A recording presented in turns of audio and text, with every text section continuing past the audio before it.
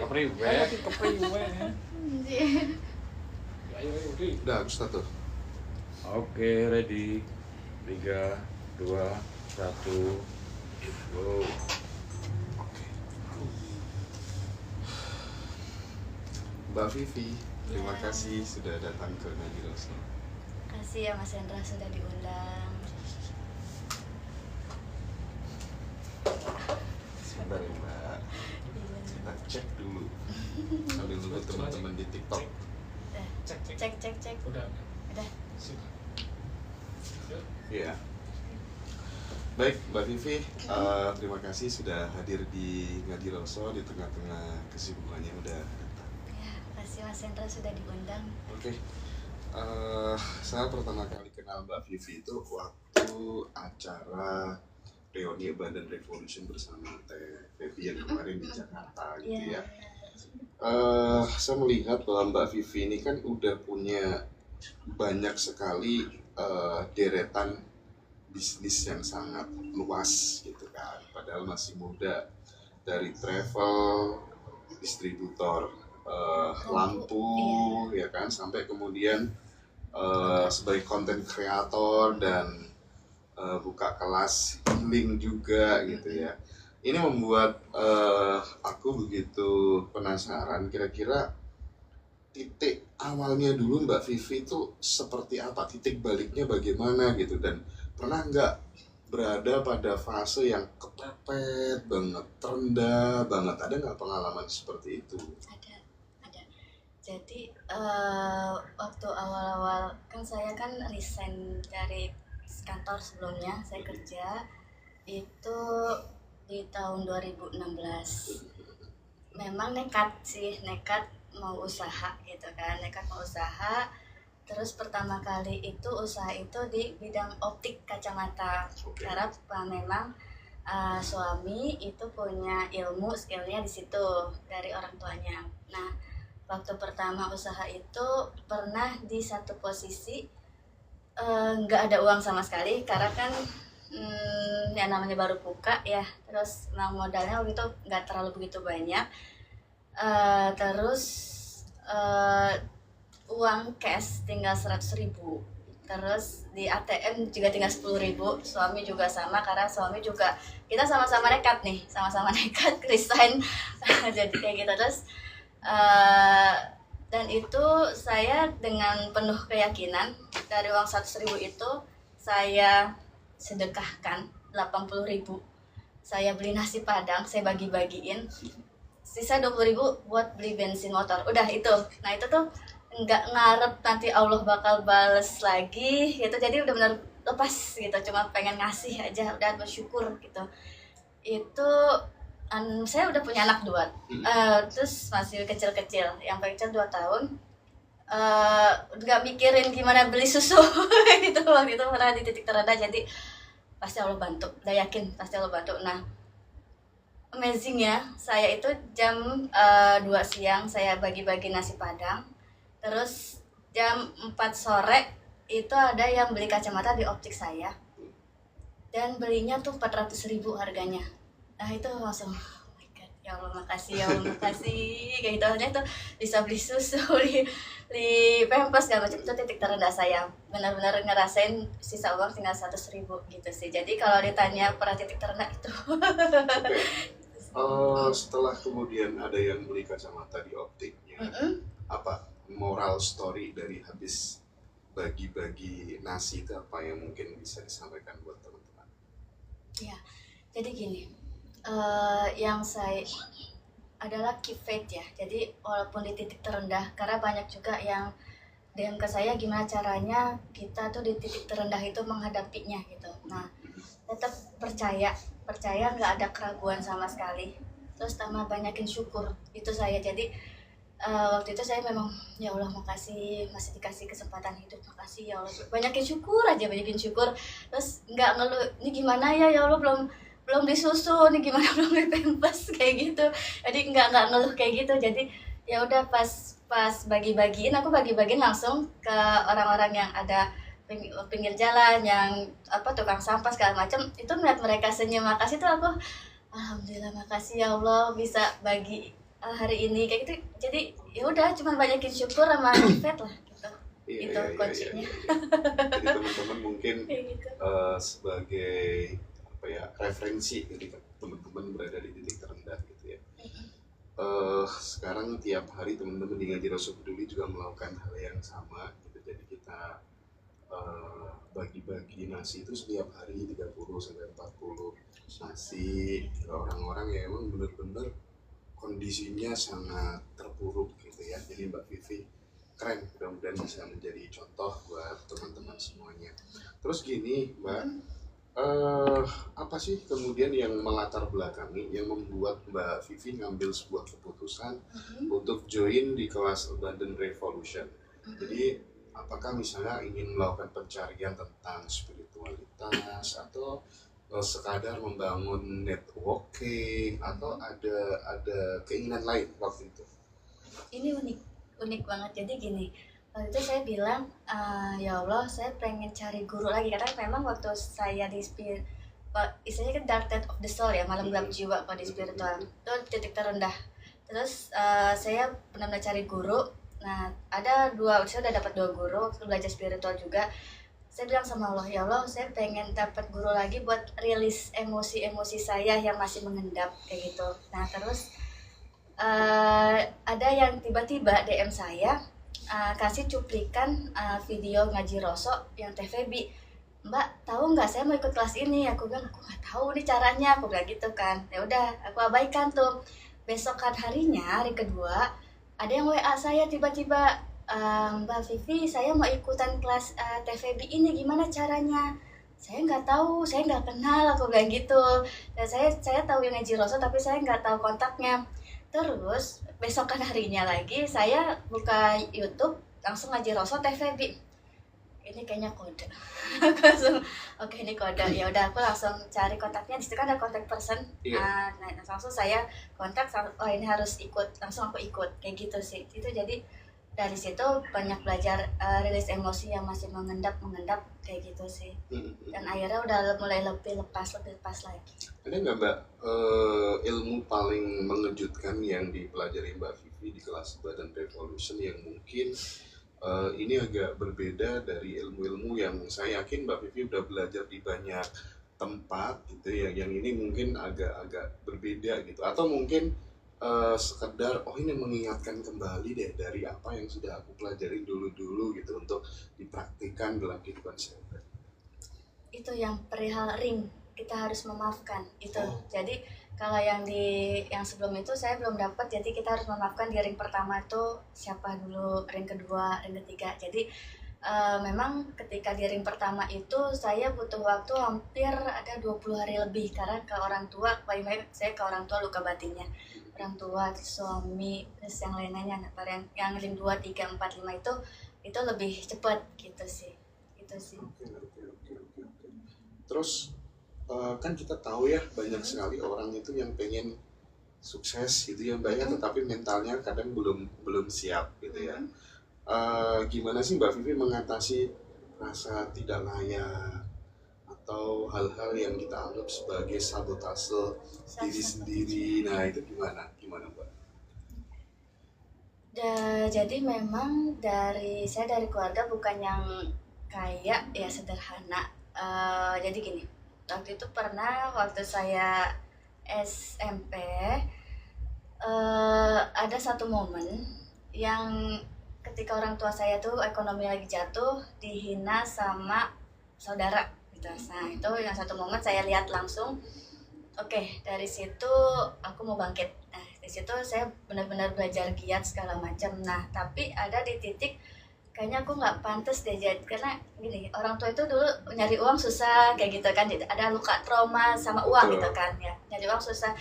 Ketika saya mau bangkit, maksudnya aku harus sukses, tapi kok kayak gini ya, kok kayak ada nggak pantas, nggak layak punya uang banyak kayak gitu. Terus habis gitu saya harus benar-benar cari tahu, belajar cara mengatasi si luka trauma uang ini.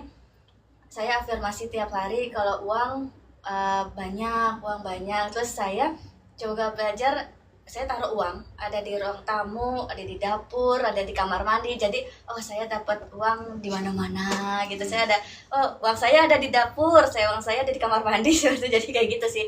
Jadi benar-benar reprogramming lagi kayak gitu caranya. Jadi yang tadinya kayaknya susah dicari uang, kayaknya jadi saya caranya kayak gitu sih. Prinsipnya ketika datanya udah diubah, realitanya ikut berubah. Jadi gitu ya. programming lagi. Terus Kayak gini, saya tertarik dengan titik terendahnya tadi kan sempat sama sekali nggak ada uang, terus sisa 200 ya? 100. 100? 100.000. 80.000 dia? Iya. Oke. Itu kan kondisinya udah sangat berbeda banget dengan di titik saat ini. Oke. Kalau boleh tahu nih Mbak, sorry ini mungkin agak privasi banget mungkin ya. Dari dulu sama sekali nggak punya uang gitu. Sekarang dari usaha-usaha yang sudah dibangun Mbak Vivi itu bisa ngasilin income per bulan sampai berapa? Dan proses apa ya, menaikkan sumber pendapatannya itu dengan cara apa? Misal aku udah punya satu nih, terus gimana bisa jadi 2, bisa jadi 3, bisa dilebar-lebar, terus itu caranya gimana? Modalnya apa saja? Yang tentu selain uang gitu. Oke. Jadi kan memang saya itu sebelumnya kerjanya di lampu juga. Jadi Karyawan. Okay. Karyawan di salah satu lampu. Nah terus suami sih bilang gini, kamu udah punya ilmu, bukalah kayak gitu. Nah saya nekat nih desain, buka masih ya kecil-kecilan lah gitu kan, buka untuk usaha lampu. Koneksi udah ada. Yang pertama harus networking, terus harus jaga kepercayaan. Trust kan yang paling pertama ya kan? Trust. Jadi apalagi gini, saya kan ini kan saya mainnya dunia proyek ya. Jadi di dunia proyek itu ya orangnya ya itu lagi gitu kan, nggak akan pasti kalau misalkan dia namanya udah jelek dari mulut ke mulut, jangan pakai Vivi jelek kayak gitu. Atau kalau misalkan dari mulut ke mulut Vivi bagus, pakai Vivi bagus kayak gitu. Jadi itu yang saya benar-benar jaga kepercayaan orang. Nah apalagi kalau misalkan saya waktu itu memang pas awal-awal tuh belum bisa dikasih tempo, tapi sekarang tuh pas udah proyek besar tuh dikasih tempo terus sama supplier kayak gitu, sama prinsipal kayak gitu. Jadi trustnya itu sih yang saya jaga. Jadi jangan mimpi jadi orang kaya dulu sebelum beresin diri, supaya kemudian jadi orang yang trustable gitu, bisa dipercaya gitu. Benar. Karena ketika kemudian kita udah bisa dipercaya, kayaknya justru uang ya kan cari kita gitu kira-kira ya. Benar. Jadi ya yang apalagi yang namanya bisnis ya, jadi emang itu harus saling kepercayaan, itu harus benar-benar dijaga. Terus apalagi kalau misalkan sama supplier kan dikasih hutang gitu ya, dikasih tempo ya, itu benar-benar harus dijaga untuk pembayarannya. Jadi nanti ya orang pasti akan happy ke kita, terus kita ke customer gitu kan, ke klien ya, itu juga trust juga. Jadi kita benar-benar kasih produknya yang sesuai waktu kita presentasi, maksudnya nggak bisa yang mengakal-akali gitu. Itu sih dari project misalnya kontraktor, perumahan dan lain sebagainya gitu, bisa nggak sih disebut di spill gitu di atas berapa sih per bulan dapat gitu Mbak? Aku paling per proyek ya, kenapa? Jadi baru banget dapat proyek di daerah Pekalongan itu 10M. Dan itu tetap lagi-lagi tetap trust tadi. Yes, trust paling penting. Saya gini. Contoh untuk kemudian bikin orang tuh bener-bener percaya sama Mbak Vivi itu apa yang dilakukan gitu? Oke. Yang pertama gini, ketika si klien itu minta aku itunya ke lampu ya, Mbak Vivi saya butuh lampu ini ya, saya harus actionnya cepat gitu kan. Jadi orang pertama nyaman dulu nih, Vivi cepet nih kayak gitu kan, responnya cepat kayak gitu. Terus misalkan terus Mbak Vivi ini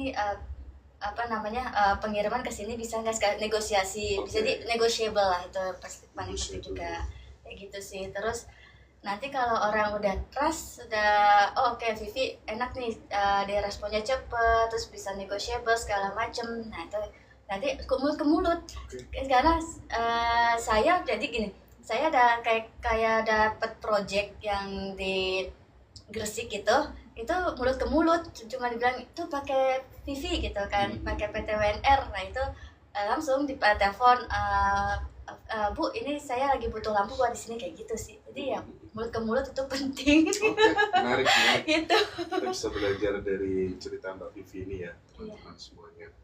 Nah, setelah mengikuti proses daily rutin dari TVP itu, Mbak Vivi ada nggak perubahan nyata yang langsung bisa Mbak Vivi rasakan, misalnya dalam konteks ketenangan, mindset yang berubah, atau rezeki gitu, apa mungkin yang bisa di-share ke teman-teman? Kosong. Maksudnya gimana? Kosongkan dirimu, maka semesta akan mengisimu. Gitu. Kosong. Mengaktualisasikan, mengosongkan diri supaya semesta yang mengisi itu gimana? Menerjemahkannya dalam bahasa kegiatan sehari-hari Mbak Vivi gimana? Contoh Gini, kayak sekarang aku kesini, aku benar-benar udah ego nafsu.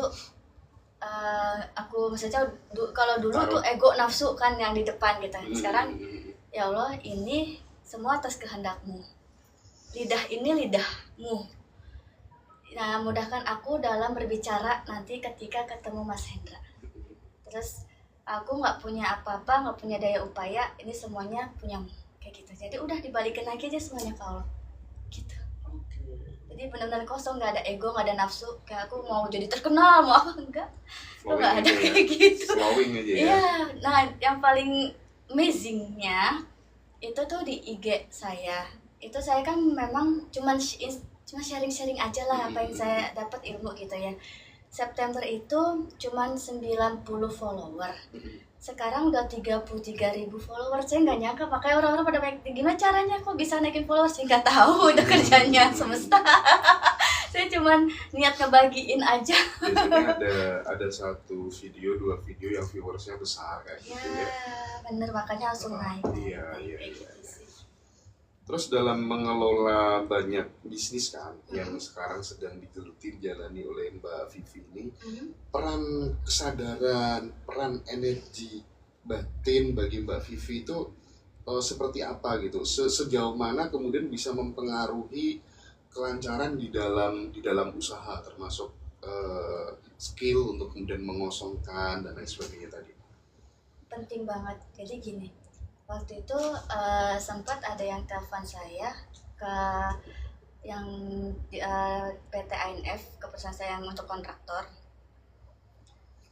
Di intuisi saya bilang jangan, penipuan kayak gitu. Terus itu penting banget memang, ikutin intuisi tanpa logika main gitu ya. Oke, penipuan. Langsung aku tolak kayak gitu sih. Itu penting banget karena kan yang namanya kita ketemu banyak orang, terus ya intuisi yang paling penting sih, karena dia tahu oh ini baik nih enggak. Ketika kemudian ada suara dari dalam itu yang dianggap Mbak Vivi sebagai sebuah guidance, sebelumnya emang sering dapat insight seperti itu atau jarang-jarang? Sering. Jadi gini, waktu saya udah memang rajin meditasi, terus saya udah memperdalam spiritual, itu memang lebih sering, lebih hampir setiap hari kayak gitu. Terus kalau sebelum-sebelumnya saya sering mengabaikan, kayak waktu itu pernah juga saya kejebak, pernah penipuan juga. Dari dalam diri itu bilang penipuan, tapi saya nggak mungkin penipuan gitu, tapi bener aja ketipu. Waktu itu habis gitu. Oke, dari situ ya udah saya aku bilang ya aku nyerah, ya Allah, aku ngikutin aja deh apa kata engkau, ya udah. Akhirnya kalau dikasih intuisi udah ngikut kayak gitu. Sampai berapa? Kena berapa ditipu itu? Itu sekitar ada 50 jutaan. Wow. Gitu.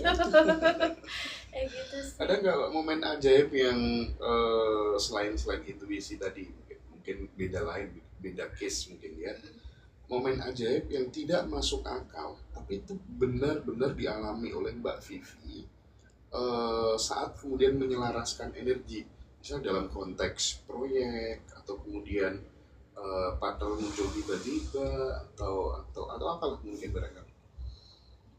Momen ajaibnya tuh banyak ya. Jadi sinkronitasnya kayak saya tiba-tiba dapat hadiah ke Jepang. Baru kemarin Mei aku habis baik dari Jepang. Mana? Dari prinsipal. Jadi gini, yang distributor kan pasti ada namanya target ya.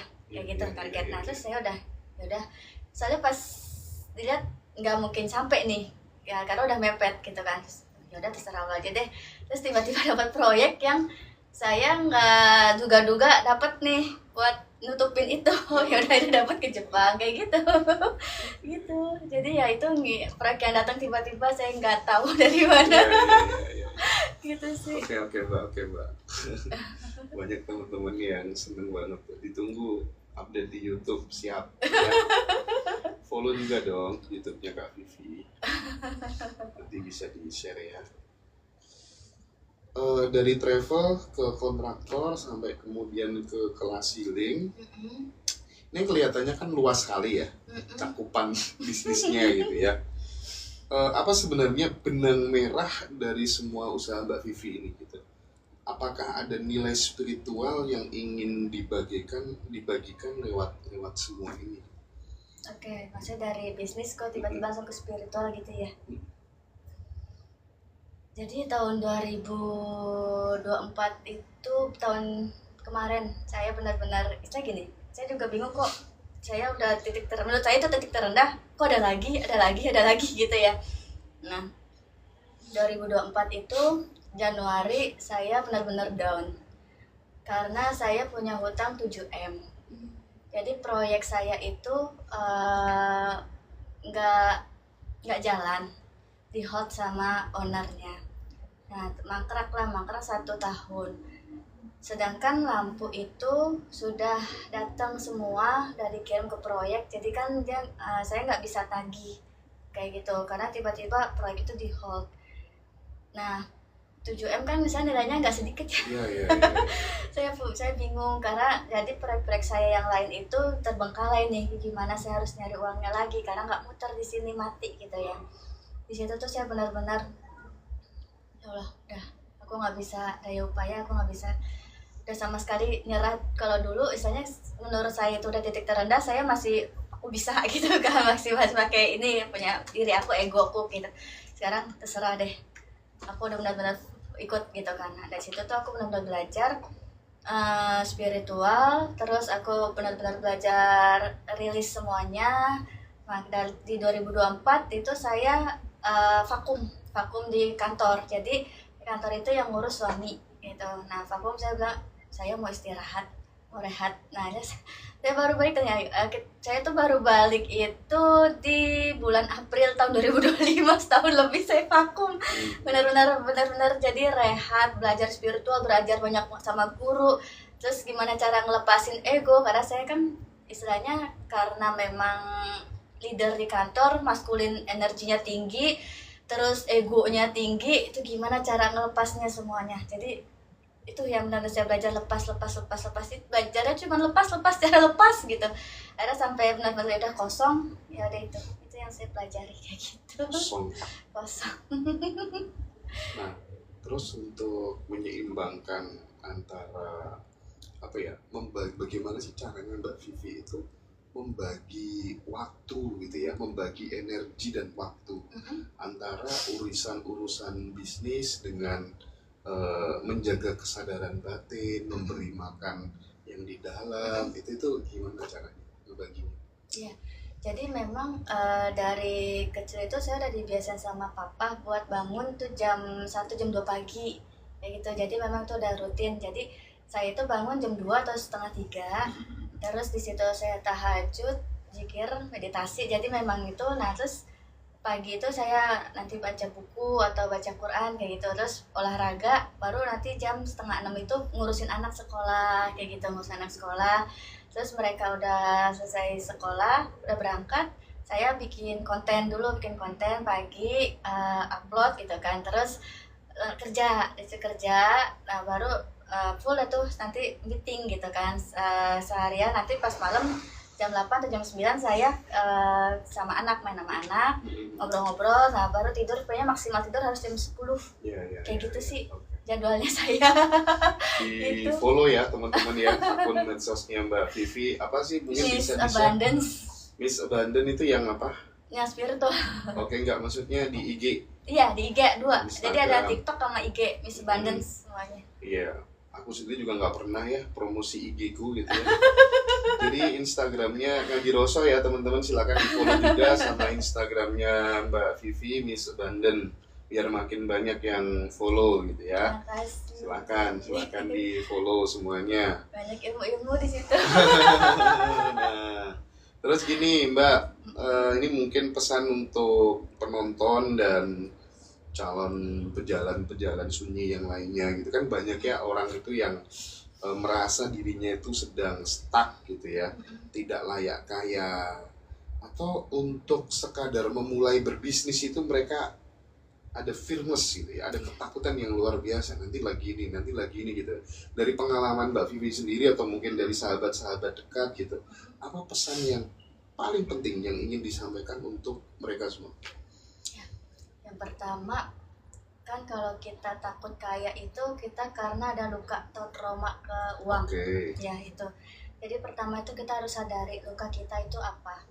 Gitu. Nah, kalau misalkan karena dulu masih kecil dibilang sama orang tua cari uang susah, terus jangan boros-boros, harus hemat, terus kamu nggak layak, kamu miskin gitu. Terus nanti jadi ketanam di bawah sadar, oh aku miskin, orang tua aku miskin kayak gitu.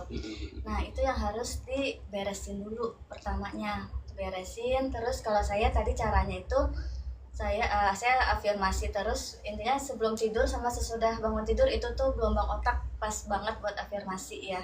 Jadi aku kaya, dan ingat ketika lagi sedekah itu jangan karena kasihan, tapi karena aku kaya, aku sedekah tuh jadi aku kaya, aku bisa bagi uang, aku kaya bisa bagi nasi, aku kaya kayak aku kaya kayak gitu terus aku kayak gitu. Nah itu penting karena itu yang dialami Mbak Vivi sendiri gitu ya. Iya, karena aku pas yang sisa uang 100.000 itu aku bagi nasi padang itu aku kaya, makasih ya Allah aku bisa kasih orang nasi padang, bisa makan, aku kaya. Nah setiap sedekah tuh aku kaya walaupun realitanya duitnya tinggal segitu gitu. Bener loh, aku bahkan sampai sekarang aku menyadari bahwa kalimat yang selalu keluar dari mulut kita itu kan menciptakan energi, menciptakan realita gitu ya. Jadi selalu mengeluarkan kalimat-kalimat sesuai dengan yang kita inginkan. Ya saya sendiri secara pribadi meyakini ya itu bakal terjadi gitu ya. Benar. Itu sangat konstruktif untuk membangun dan membentuk jalan hidup gitu. Dan soal bagaimana feel pada saat kemudian kita ngasih ke orang yang membutuhkan tadi, bahkan aku sangat punya pemahaman agak ekstrim. Meskipun kita ngasih sesuatu yang menurut orang lain misalnya masuk ke dunia hiburan malam misalnya nih, kan itu dianggap sebagai sesuatu yang dosa dan lain sebagainya gitu ya. Tapi pada saat kamu mengeluarkan uang di tempat yang seperti itu tapi dengan perasaan bahwa tetap berlimpah gitu ya, tidak dengan saldoku berkurang dan lain sebagainya. Bagiku hal seperti itu justru membuat sebuah pupuk gitu ya. Bahkan makin akan banyak. Benar Ya, banget. aku setuju banget. Iya benar banget. Jadi itu yang aku lakukan itu dari SMP. Jadi kalau kasih pengamen, kasih apa tuh, aku kaya gitu. Itu aku lakukan dari SMP. Oke. Berarti untuk berbuat baik secara randomnya yang paling dominan lewat sedekah ya Mbak? Lewat sedekah sih. Karena di kantor pun juga aku wajibin ada Jumat berkah, itu harus kayak gitu. Sudah punya berapa karyawan sekarang? Alhamdulillah sih ada 30. 30. Gitu. Jadi ya sama yang lain-lain kan ada UNR, terus ANF. Apa aja sih konkretnya yang dikerjakan Mbak Vivi gitu. Nah maksud tuh gini Mbak, aku akhir-akhir ini justru pengen melibatkan semua teman-teman di Ngaji Roso, subscriber, penonton dimanapun berada, tidak hanya sekedar mendapatkan teori-teori, ilmu-ilmu, tapi kalau bisa yang dari beberapa narasumber, beberapa relasi saya itu ada yang bisa disinergiskan, ada yang bisa dikolaborasikan, kenapa tidak? Boleh. Nah, maksud saya begitu.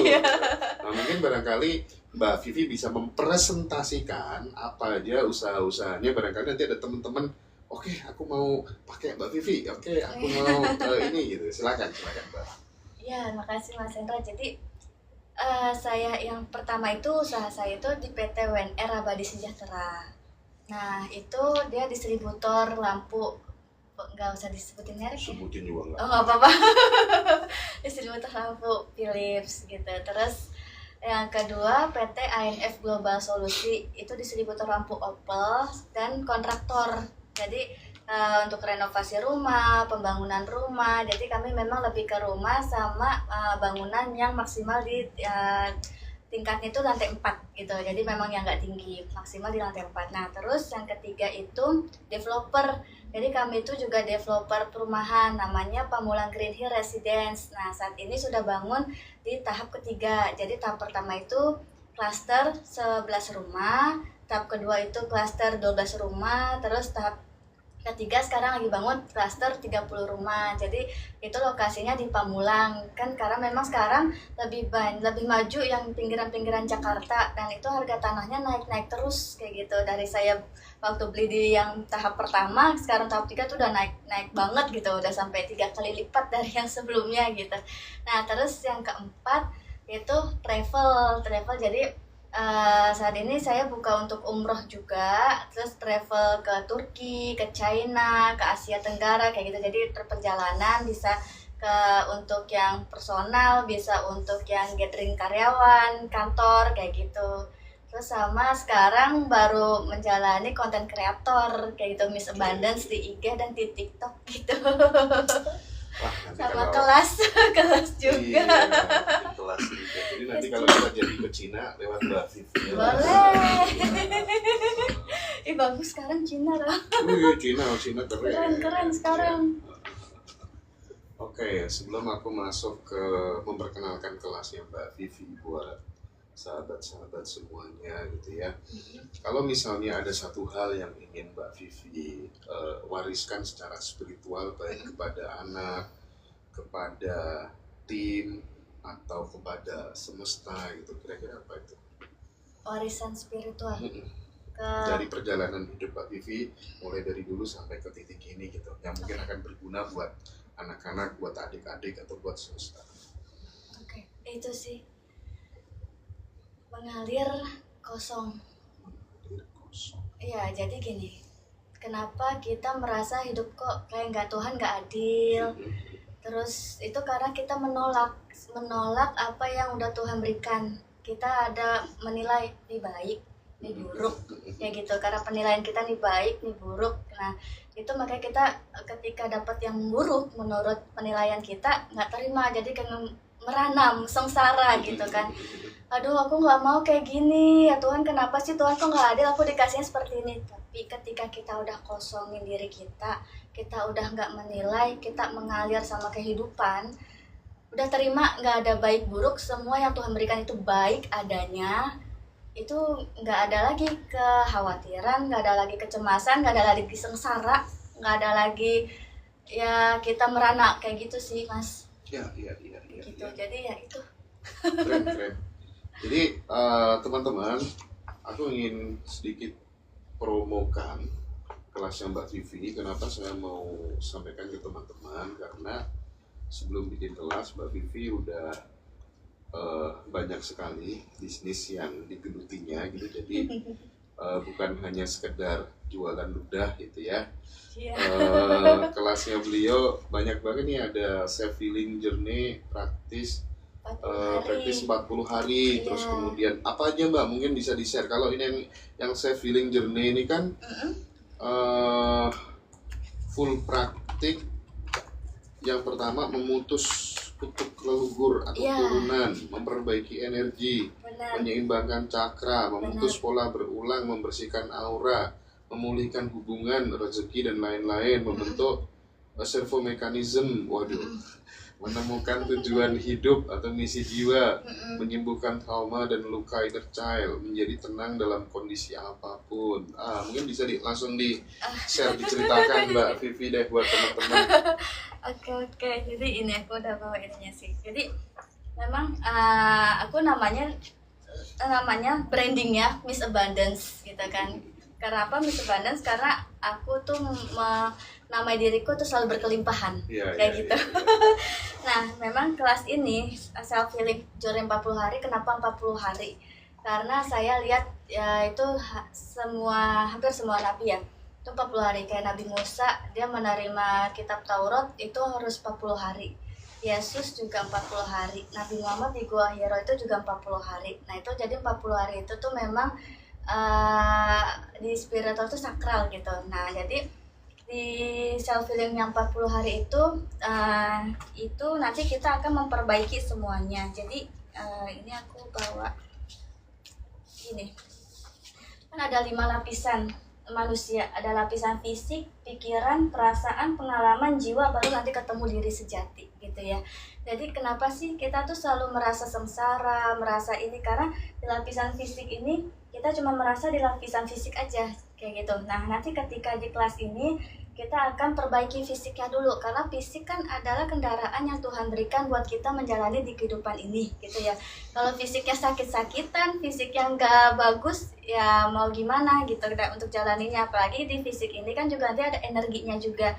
Nah, nanti di sini kita akan memperbaiki pola makan, nanti diatur pola makannya. Terus nanti kita ada metode puasa juga kayak gitu, ada water fasting, ada puasa mutih kayak gitu. Nah, terus terus nggak boleh lagi makan mie instan, karena mie instan itu selain memang secara kesehatan nggak boleh, secara energi itu tidak baik. Karena kan ada gini, makanan itu yang masuk ke dalam tubuh itu ada high vibration, ada low vibration kayak gitu. Jadi itu sangat sangat berpengaruh di dalam tubuh kita. Apalagi kalau makanan yang low vibration, kita makan junk food, terus bakso, mie ayam, ngopi terus kopi gula, gula tepung. Nah, itu tuh low vibration kayak gitu. Nah, itu bahaya juga buat tubuh dan energinya jadi nggak bagus kayak gitu.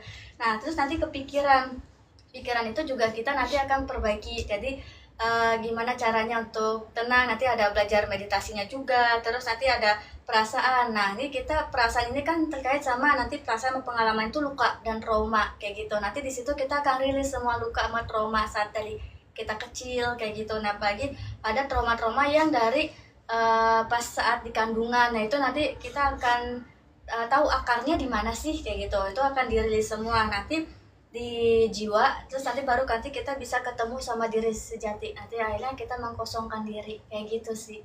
Jadi itu yang saya ajarkan nanti di kelas self healing 40 hari seperti itu. Nah, terus selain itu juga ada kelas mindful productivity. Ya, ini yang kelas yang berhubungan sama bisnis gitu. Jadi gini, kadang kan orang aduh ini udah mepet deadline tapi malas ngerjain tar kayak gitu kan. Nah, terus itu kenapa sih?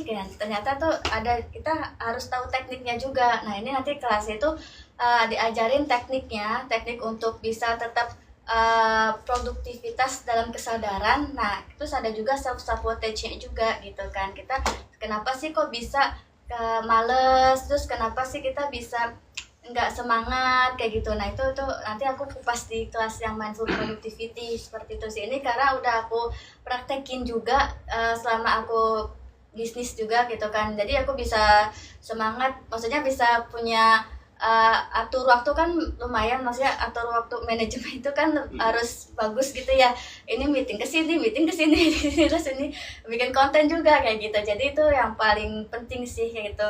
Terus nanti ada juga buat prakteknya, nanti aku ajarin selama 30 hari. Jadi ada praktek, ada teori gitu. Nanti praktek 30 hari.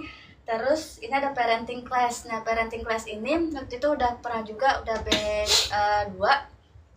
Ini aku ajarin karena gini, yang namanya kita pribadi itu pasti dilahirkan ke dunia kan punya misi masing-masing. Jadi misalkan gini, si orang tua nggak tahu nih cara belajarnya si anak gitu kan kita punya karakter masing-masing.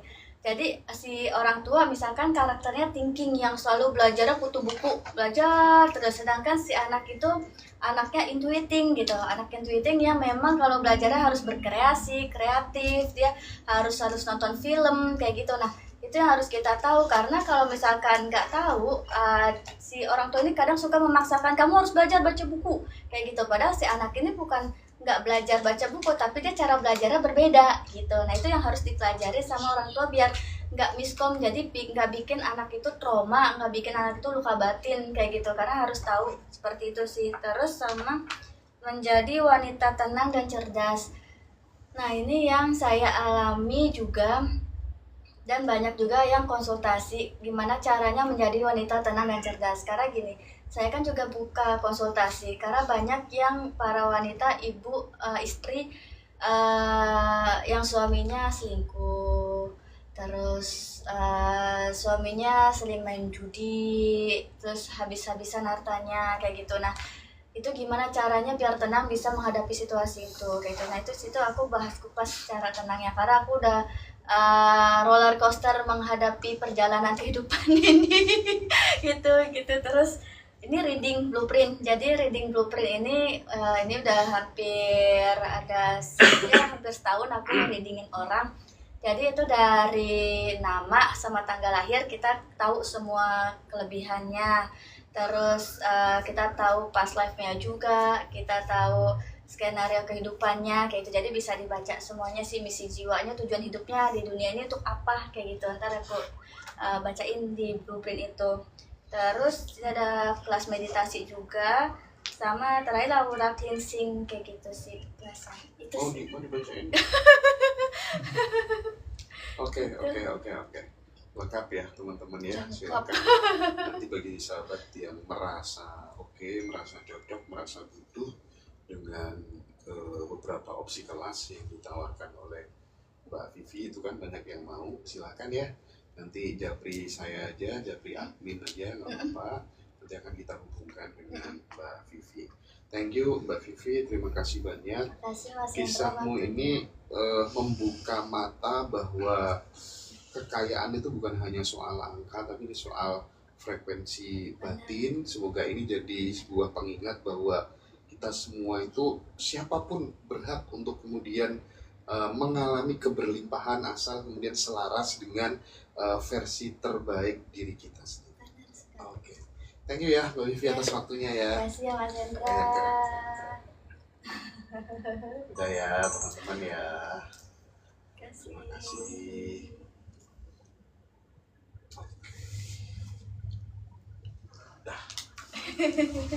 kasih ya Mas Hendra. Keren dah.